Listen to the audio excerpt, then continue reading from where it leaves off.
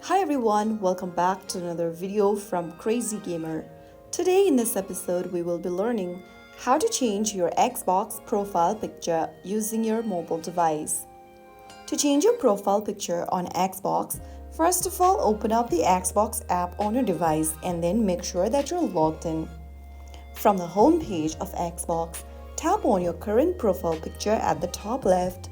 Now click the pencil button right above the profile picture at the top left.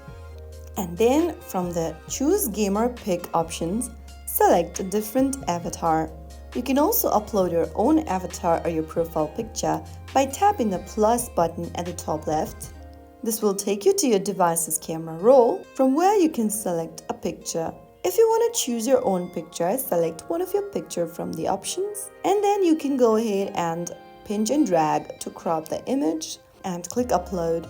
Soon after you do that, you will be able to upload your own profile picture in Xbox profile.